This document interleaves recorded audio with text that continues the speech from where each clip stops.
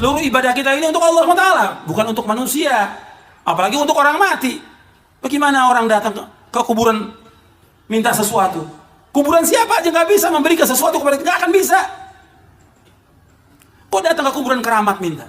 Ke kuburan wali, kuburan tuan guru, kuburan Habib, nggak ada yang bisa. Mereka nggak mendengar dan nggak bisa menjawab. Sampai Allah katakan dalam Al-Quran, in tad'uuhum la yasma'u du'aakum walau sami'u mastajabu lakum wa yawmal qiyamati yakfuruna bisyirkikum wa la yunabbi'uka mithlu khabir. Kata Allah dalam surah Fatir, Allah berfirman, in tad'uuhum la yasma'u du'aakum. Seandainya kalian berdoa meminta kepada mereka, mereka nggak dengar. Orang yang mati, siapapun dia, orang nggak dengar orang yang minta. Walau sami'u, seandainya mereka mendengar, mastajabu lakum, mereka nggak akan bisa menjawab. Nggak akan bisa menjawab. Wa yawmal qiyamati yakfuruna bisyirkikum wa la yunabbi'uka mithlu khabir. Kata Allah, seandainya nanti di hari kiamat mereka akan jadi musuh bagi kamu, mengingkari kesyirikan kalian, dan nggak ada yang bisa menjelaskan kecuali Allah yang Maha mengetahui. Muhammad nabina binuruh hadina Makkah habibin nuru satal madinah. Assalamualaikum warahmatullahi wabarakatuh. Rabbi zidni ilma warzuqni fahma, amma ba'd. Ziarat kuburan para nabi, aulia, dan sahabat itu adalah bagian dari sunnah, bahkan ziarat kuburan setiap orang muslim. Nanti di situ kalau terjadi pelencengan, baru dibilang mungkin bisa bid'ah, bisa syirik. Tapi hanya ziarah saja, tidak bisa langsung divonis syirik dan bid'ah.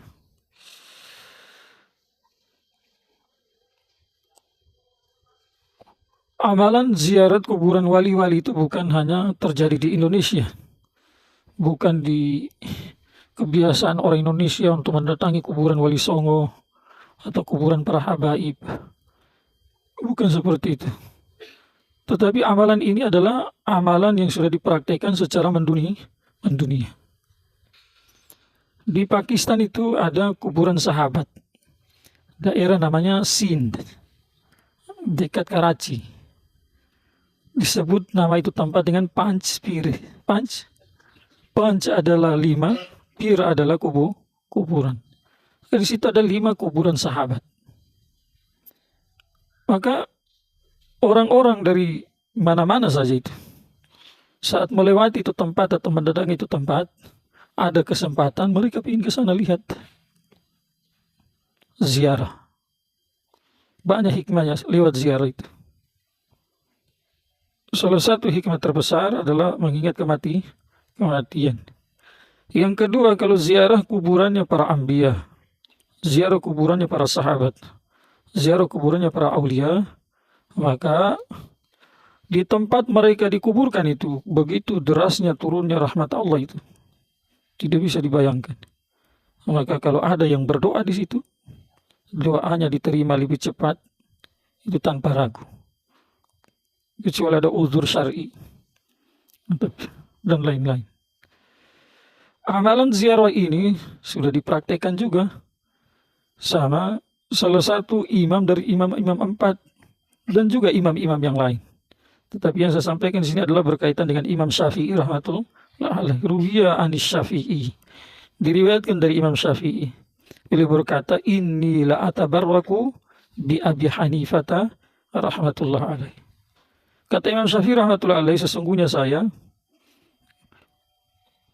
mencari berkah, memohon keberkahan dari Allah lewat Imam Abu Hanifah. Wa aji'u ila qabrihi, dan saya datangi kuburnya, yakni zairan. Tujuan datangnya saya ke kuburan Imam Abu Hanifah adalah untuk berziarah. Fa idza aradat alayya al-hajatu, kalau ada hajat bagi saya, maka saya sholat 2 rakaat, shallaitu raka'atain, saya sholat 2 rakaat, thumma aji'u ila qabrihi, kemudian saya datang kuburnya, fa as'alullaha ta'ala, kemudian saya minta sama Allah, bukan minta sama Imam Abu Hanifah. Kalau Imam Syafi'i mau minta dari Imam Abu Hanifah, hei Imam Abu Hanifah, engkaulah segala-galanya bagiku. Engkau yang bisa tunaikan hajatku. Na'udzubillah. Itu baru syirik. Tetapi tidak jadikan wasilah. Wasilah kita sudah bacakan ayat sebelumnya itu. Ya ayyuhalladzina amanu taqullaha wabtaghu ilaihil wasilata. Hei orang beriman, takutlah sama Allah dan untuk mencapai ridho Allah, supaya sampai kepada Allah amalan, kemudian mencapai tujuan, sampai kepada Allah dengan ridhonya, rahmatnya, maka carilah wasilah perantara. Maka Imam Syafi'i rahmatullahi alaih ke kuburan Imam Abu Hanifah bukan untuk meminta sama Imam Abu Hanifah, tetapi menjadikan Imam Abu Hanifah sebagai wasilah, sebagai perantara, minta dari Allah agar hajatnya ditunaikan. Apa kata Imam Syafi'i rahmatullahi alaih? Fama tabu'udu anni hatta tuqda. Hajatku tidak jauh dariku kecuali telah ditunaikan. Seorang pengarang kitab yang bernama kitabnya itu Hisnul Hasin. Beliau bernama Al-Hafiz. Siapa itu? Al-Hafiz Al-Jazri. Wa huwa minal qura'i. Beliau berkata bahwa dari tempat-tempat yang doa-doa diijabah itu oleh Allah Subhanahu wa taala adalah kuburus solihin, kubur-kuburnya orang soleh.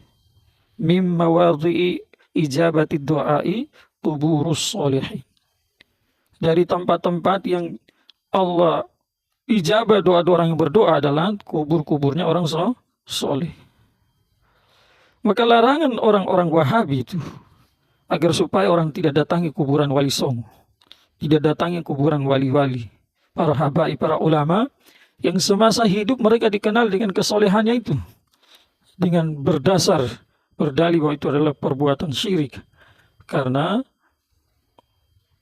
wali-wali, habaib, ulama-ulama, jangankan memberi, mendengar juga tidak. Jelas larangan ini tidak berdasar. Bahkan lebih parah lagi, yang menziarati kuburan para wali, mereka tanpa mentahqiq langsung memvonis mereka itu melakukan amalan syirik. Kalau mereka melakukan amalan syirik, berarti na'udzubillah yang pertama buat syirik dari para imam-imam tadi, Imam Syafi'i. Sebelumnya Imam Malik juga kisahnya dengan Ma'mun ar-Rasyid rahmatullah alaihima. Saat Ma'mun ar-Rasyid ingin berdoa di dekat kuburan Nabi SAW, maka dia bertanya sama Imam Malik, saya menghadap kiblat atau menghadapi kuburan Rasulullah? Maka kata Imam Malik, berdoa menghadaplah ke kuburan Rasulullah dan bertawasallah dengannya, karena dengannya itu doamu akan diijabah sama Allah Subhanahu wa ta'ala. Maka kalau seandainya hanya ziarat dengan tujuan mendapatkan keberkahan dari Allah, dengan wasilah wali-wali, para habaib yang soleh, ulama yang soleh, hanya Wahabi saja yang mengatakan itu syirik. Apa sih makna tabaruk? Tabaruk artinya adalah talabu ziyadatil khairi, mencari tambahan kebaikan dari Allah lewat itu orang-orang soleh itu. Sementara tawasul ya orang derajat maqam itu orang dijadikan perantara untuk meminta sama Allah. Tidak ada satu ulama pun yang mengingkari dan yang melarangnya selain orang-orang Wahabi yang mereka ambil itu dari Ibnu Taimiyah. Ada satu kisah satu ketika Ibrahim bin Adham berjalan sama orang kafir, tidak bawa bekal. Tengah jalan di saat safar, situ mereka kelaparan. Orang kafir ingin menguji ini Ibrahim bin Adham rahmatullahi. Ujian apa? Kalau memang Tuhanmu itu betul, hak agama yang kamu anut adalah betul, maka mintalah dari Tuhanmu untuk datangkan Makanan Ibrahim bin Adham rahmatullahi alaih memohon kepada Allah, dengan izin Allah makanan didatangkan tanpa sebab zahir, tetapi melalui sebab hakiki yang didoa tadi. Setelah selesai makan, Ibrahim ngomong lagi sama itu orang kafir, ya kamu giliran minta sama Tuhanmu, kalau memang Tuhanmu itu betul dan agama yang kamu anut itu hak, tunjukkan sama saya. Orang kafir diam-diam meminta dari Allah, tetapi dia jadikan Ibrahim bin Adham sebagai wasilah, diam-diam. Ya Allah, Tuhan, kalau seandainya ini orang punya makom di sisimu, kalau ini orang adalah orang yang hak, maka kasih makanan yang lebih bagus dari yang kau turunkan. Allah kasih makanan porsi jumbo dan lebih bagus. Ibrahim kaget bin Adham rahmatullahi alaih. Kagetnya bukan ragu kepada agama dan keyakinan yang tidak, tetapi orang kafir ini kalau dituruti permintaannya dan dikasih lebih dari apa yang dikasih sama saya, kebenaran agama Islam, kebenaran Allah sebagai hak, itu akan tertutup dari dia. Ibrahim cemas dan takut. Setelah itu Ibrahim bertanya apa sebabnya itu. Maka orang kafir itu mengatakan, saat saya berdoa, saya jadikan kamu sebagai wasilah. Setelah itu orang kafir tadi masuk Islam. Ini bukan cerita dongeng. Kemungkinan besar orang-orang Wahabi menolak wasilah tabaruk karena mereka tidak percaya akan adanya karomah, kemuliaan yang dikasih oleh Allah untuk sebagian hamba-hambanya yang level iman dan amalnya itu sudah mencapai level yang disukai, dicintai sama Allah. Sebagaimana yang dikasih oleh Allah yang bertentangan dengan adat untuk para nabi-nabi dan rasul-rasul alaihi wasallam disebut dengan mu'jizah. Maka yang dikasih oleh Allah sebagai kemuliaan untuk para wali-wali disebut dengan karomah. Kalau mereka tidak mau meyakini akan adanya karomah, ya keluarkan saja Al-Quran yang menerangkan mengenai kisah Maryam alaihissalam. Mas, tidak ada nabi dari perempuan, kecuali orang Wahabi meyakini bahwa nabi ada datang dari perempuan. Kalau tidak, ya jua saja kamu kasih keluar itu ayat, atau kamu yakini karomah itu ada. Kisah Maryam dikasih makanan yang berlawanan dengan musim itu dalam suratul Imran. Tidak. Setiap orang yang datang ziarah ke wali-wali itu perlu dipahami Wahabi dan pengikutnya. Tidak ada satu dari mereka yang datang minta, wahai Tuan Malik bin Ibrahim, Maulana Malik bin Ibrahim, engkau yang bisa tunaikan hajatku, maka tunaikanlah hajatku. Na'udzubillah, tidak ada yang begitu. Semua datang meminta kepada Allah melalui wasilah itu para wali-wali. Ada yang minta mungkin belum punya jodoh, ada yang mungkin hartanya, keperluannya, atau punya hajat-hajat yang lain. Apa salahnya? Tidak ada yang salah. Bahkan yang tadi sudah kami jelaskan, pengarang kitab Hisnul Hasin yang hidup 100 tahun, yang wujud 100 tahun setelah Ibnu Taimiyah. Beliau menulis kitabnya itu, kemudian tidak ada satu ulama pun yang menentang, mengingkari pendapatnya itu kecuali orang Wahabi dan pengikut-pengikut Ibnu Taimiyah. Lalu bagaimana dengan Al-Quran yang orang-orang Wahabi sodorkan sebagai dalil untuk menguatkan pendapat konyol mereka itu? Jelas-jelas di mana arah Al-Quran menuju, di mana pendapat Wahabi menuju. Kesyirikan mengenai orang yang ziarah kubur belum terbukti. Belum terbukti. Kalaupun ada, mungkin kita tidak tahu. Itulah oknum, itu saya diluruskan. Tidak usah kamu fatwa menggambar-gembor, menyebabkan keresahan di tengah-tengah masyarakat. Kamu jelaskan, tapi penjelasanmu itu kamu harus timbang juga dengan pendapat ulama yang lain.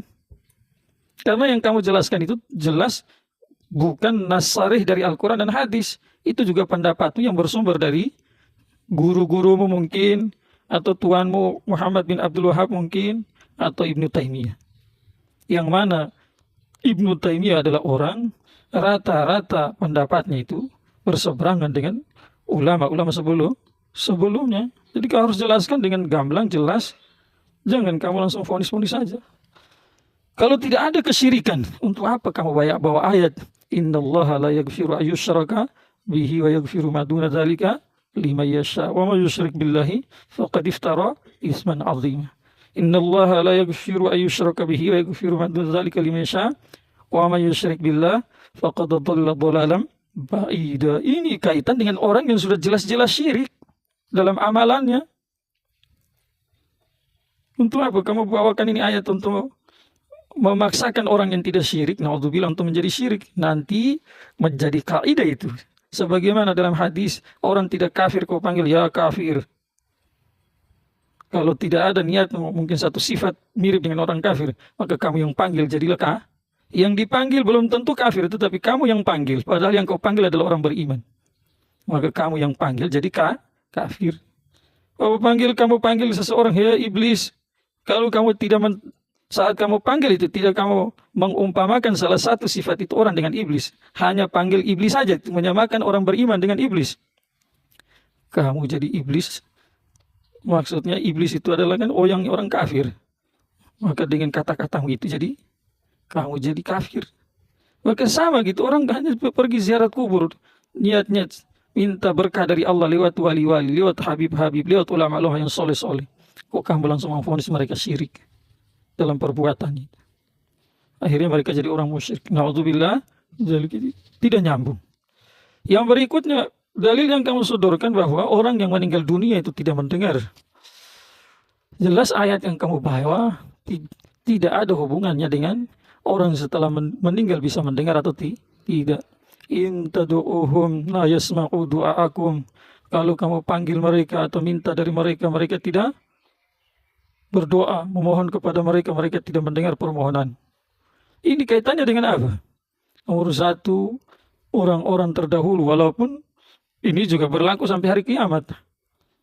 Kaitan dengan orang-orang terdahulu yang menjadikan patung sebagai Tuhan mereka, dan mereka minta dari itu patung-patung untuk menunaikan hajat-hajat mereka. Maka Allah katakan, in tad'uuhum la yasma'u du'aakum. Patung yang kamu buat dari tanganmu, bagaimana dia bisa dengar apa yang kamu minta? Kalau tidak bisa dengar, ya hajatmu dari mana dia mau kasih? Dipenuhi. Nyamuk saja hinggap di situ, lalat tidak bisa berkutik dia. Yang kedua, in tad'uuhum la yasma'u du'aakum, adalah berkaitan dengan umat-umat sebelumnya yang menjadikan sebagian malaikat dan kuburan-kuburan para anbiya sebagai sesembahan. Ini juga hukumnya akan berlaku sampai hari kiamat. Kalau ada yang jadikan malaikat sebagai sesembahan atau para nabi-nabi, kuburan para nabi atau wali-wali, hukumnya sama. Maka Allah sampaikan bahwa in tad'uuhum la yasma'u du'aakum. Kalau kamu panggil mereka, mohon dari mereka untuk tunaikan hajatmu, karena malaikat walaupun bisa mendengar, para anbiya di dalam kuburnya mereka hidup sebagaimana terdapat dalam hadis Nabi Shallallahu Alaihi Wasallam. Di situ mereka hidup bersama ruh dan jasad mereka. Maka kalaupun mereka mau bisa mendengar, maka tidak bisa mendengar di setiap tempat. Kamu di sini panggil Nabi Muhammad.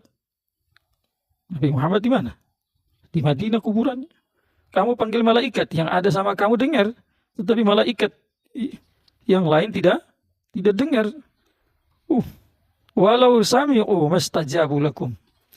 Kalaupun mereka mendengar, maka apa yang kamu minta dari mereka, mereka tidak bisa penuhi, tunaikan. Kenapa?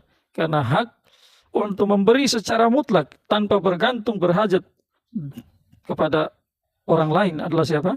Allah Subhanahu wa Ta'ala. Sementara para nabi bisa memberi, bukan tidak bisa. Malaikat bisa memberi, bukan tidak bisa. Tetapi dengan izin siapa?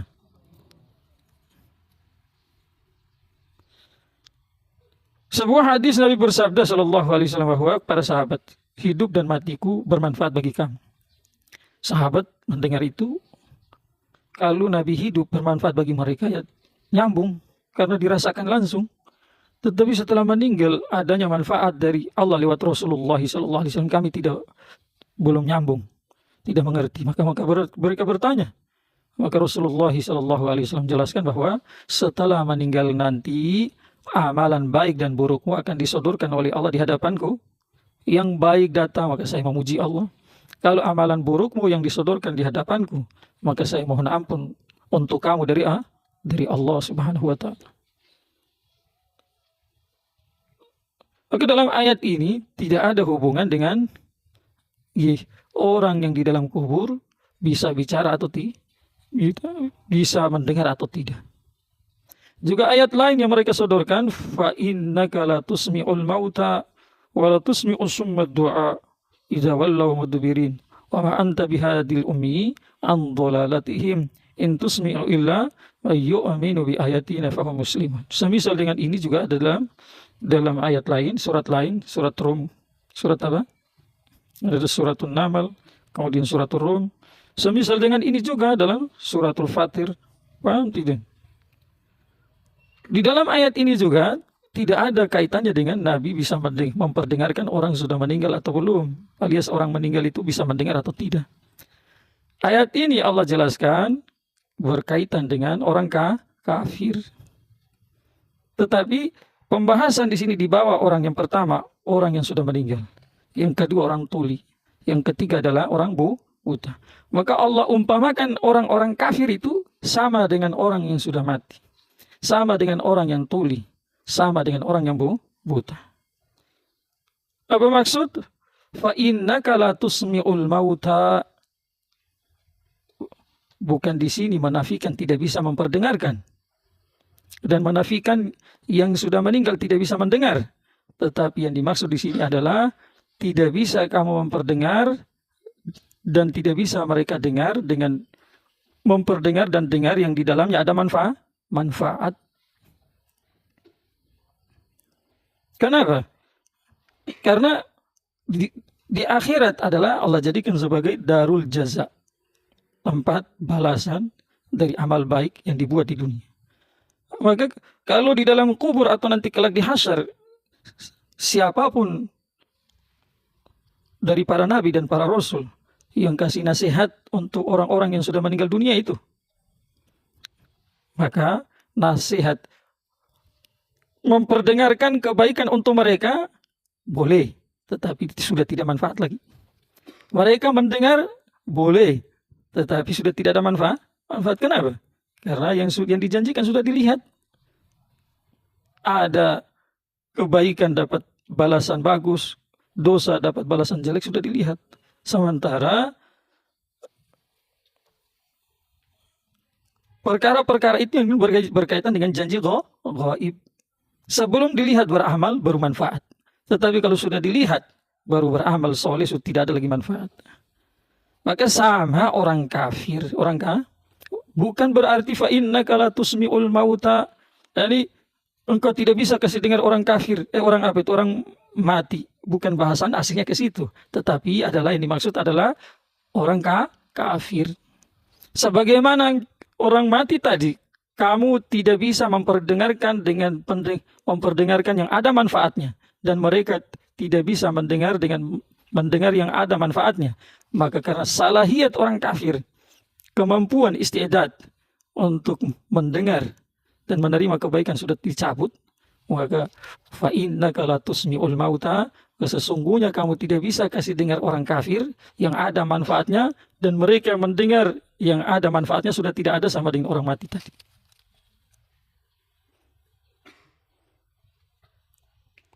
Seandainya Al-Quran tidak dipahami seperti itu, Allahu Akbar, apa yang terjadi? Nomor satu, untuk apa Allah utus Rasulullah SAW kepada orang yang tidak bisa diperdengarkan kebaikan dan orang yang tidak bisa mendengar ajakan para nabi.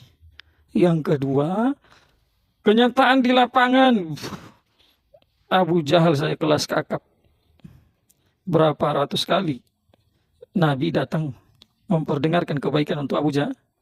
Sama juga Abu Lahab, Fir'aun laknatullah alaih. Nabi Musa datang berbicara sama dia dengar atau tidak? Dengar. Tapi bicara Nabi Musa, memperdengarkan Nabi Musa kepada Fir'aun yang tidak ada apa? Manfaat, karena salahiyat untuk menerima kebaikan sudah dicabut. Dan dengarnya Fir'aun kata-kata Musa sudah tidak ada manfaat, sama dengan orang mati tadi. Juga kisah Nabi dalam berdakwah sama menghadapi orang kafir Quraisy, sama juga seperti itu.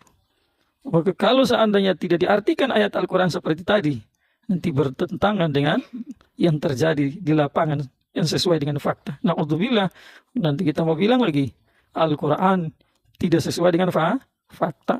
Wah, bahaya. Itulah pelajaran sebelumnya yang kita sampaikan itu. Kalau Al-Quran tidak dijelaskan dengan detail, kata Ali bin Abi Thalib apa? Wah, nanti kalau kamu tidak dengarkan Al-Quran dan hadis untuk orang-orang awam sesuai dengan kemampuannya itu, maka nanti apa yang terjadi? Mereka akan ingkari, membohongi Allah dan Rasul. Kata Abdullah bin Mas'ud radhiyallahu anhu, kalau kamu jelaskan hadis semana dengan hadis Al-Quran kepada orang awam, tidak dengan kefahaman yang full, maka sebab itu kamu telah menjerumuskan mereka dalam apa? Dalam fitnah. Makanya dalil Al-Quran betul yang disampaikan orang Wahabi, tapi tidak nyambung. Dari mana penjelasan itu muncul? Karena di akhir ayat itu Allah sampaikan, in tusmi'u illa may yu'minu bi ayatina fahum muslimun. Tidaklah kamu memperdengarkan kecuali orang-orang yang beriman dengan ayat-ayat Allah, kemudian mereka berserah diri, taat. Jadi kamu perdengarkan orang kayak begini, di situ yang kamu perdengarkan ada manfaat, mereka yang mendengar juga dapat manfaat. Makanya sekali lagi saya sampaikan, dalam ayat ini tidak ada pembahasan masalah orang yang sudah meninggal bisa mendengar atau tidak. Pertanyaan, apakah orang yang sudah meninggal bisa mendengar atau tidak? Ini masalah khilafiyah. Ada sebagian ulama yang ikuti, sebagian sahabat yang mengatakan bahwa orang sudah meninggal tidak mendengar, seperti mana pendapat Aisyah radhiyallahu anha. Tidak sedikit ulama juga yang berpendapat bahwa orang yang sudah meninggal bisa mendengar isyarat dari penjelasan kita sampaikan tadi. Kemudian ditambah dengan salam-salam untuk ahli kubur yang diajarkan oleh Nabi SAW, yang ditulis oleh para muhaddisin dalam kitab-kitab hadis mereka dengan riwayat yang sahih, tidak bisa terbantahkan. Dan ini adalah bagian dari pendapat Abdullah bin Umar radhiyallahu anhuma. Terlepas dari ini ada dua kubu dari kalangan para sahabat sampai sekarang. Tetapi yang saya maksud adalah yang disampaikan oleh orang Wahabi tadi tidak nyambung. Tidak apa? Tidak nyambung. Karena ayat-ayat ini tidak ada hubungan dengan itu. Orang Wahabi menggunakan logika. Kalau kita pakai logika yang sesuai dengan nas, mereka bilang logika rusak, begini begitu. Lalu mereka pakai logika yang tidak nyambung, boleh gitu. Apa kata mereka? Coba kamu lihat, saat orang sudah meninggal, dimandikan atau mandi sendiri, dikafankan atau pakai kafan sendiri, disolatkan atau solat sendiri, dikuburkan atau masuk ke kubur sendiri. Allahu Akbar. Ini kaitannya dengan urusan sebelum dimasukkan ke dalam kubur.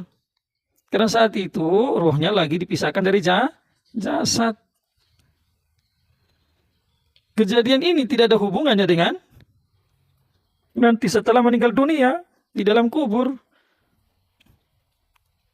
Kalau kejadian ini sama, kamu kiaskan dengan kehidupan di alam barzakh, berarti untuk apa malaikat diutus? Untuk bertanya sama orang yang tidak mendengar, orang yang tidak bisa berbicara.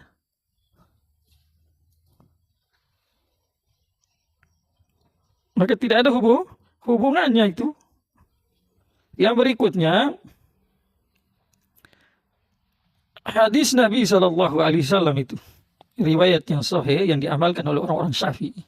Setelah mayat dikuburkan, maka dianjurkan membantu si mayat untuk menjawab pertanyaan malaikat itu, man rabbuka ma dinuka man nabiyuka, maka dianjurkan untuk mentalkin la ilaha illallah dari atas. Nah, makanya itu bukan kebiasaan itu yang dibuat sama orang-orang aswaja, tidak. Itu ada dasarnya. Nah, walaupun sebaiknya jangan dibawa itu api. Gil. Baca doa saja gitu. La ilaha illallah saja. Nah, selain ini kita Syafi'i mengamalkan itu. Nah, berbeda dengan orang Hanafi, mereka mengambil dalil lain sehingga amalan yang dibuat oleh orang Syafi'i aswaja lewat ajaran Rasul melalui Imam Syafi'i rahmatullah alaih dan ulama-ulama Syafi'i setelah beliau, orang Hanafi tidak amalkan itu karena mereka punya dalil lain. Jadi sangat konyol sekali kalau orang-orang Wahabi memahami ayat yang tidak dirujukan, tidak dikembalikan kepada orang-orang ahlinya. Ya mungkin bisa jadi, kalau bisa jadi ya, saya tidak menuding ini, bisa jadi kalau mereka melihat tafsir-tafsir Al-Quran yang ditulis sama ulama-ulama terdahulu, bisa jadi yang pendapat mereka tidak ada penguatnya. Ya mau tidak mau Al-Quran dibawa, tetapi makna tafsirnya dibuat sendiri. Na'udzubillah, mudah-mudahan tidak itu. Kalau tidak membahayakan. Kalau tidak berarti ya khilaf. Kalau khilaf ya ditarik saja sampai selesai urusan. Kalau tidak ya berapa banyak yang orang kamu sesatkan. Jelas ya. Makanya khulasa dari apa yang kita sampaikan adalah dalam rangka meluruskan itu, paham sesatnya Wahabi adalah ziarah kubur sunnah, kemudian berdoa, sholawat, memohon kepada Allah lewat orang-orang soleh yang sudah meninggal. Ini bukan bertentangan dengan syariat, tetapi bagian dari amalan syariat yang sebelumnya sudah diamalkan oleh orang-orang yang lebih dekat dari Allah setelah para nabi, para sahabat radhiyallahu anhu. Boleh, maka jangan dibilang syirik, bahaya. Yang kedua adalah dalil yang dibawa oleh orang Wahabi untuk menguatkan pendapat mereka jelas-jelas tidak nyambung. Jaka sambung bawa golok tidak nyambung. Paham tidak Akbar? Semoga bermanfaat ya. Subhanallah.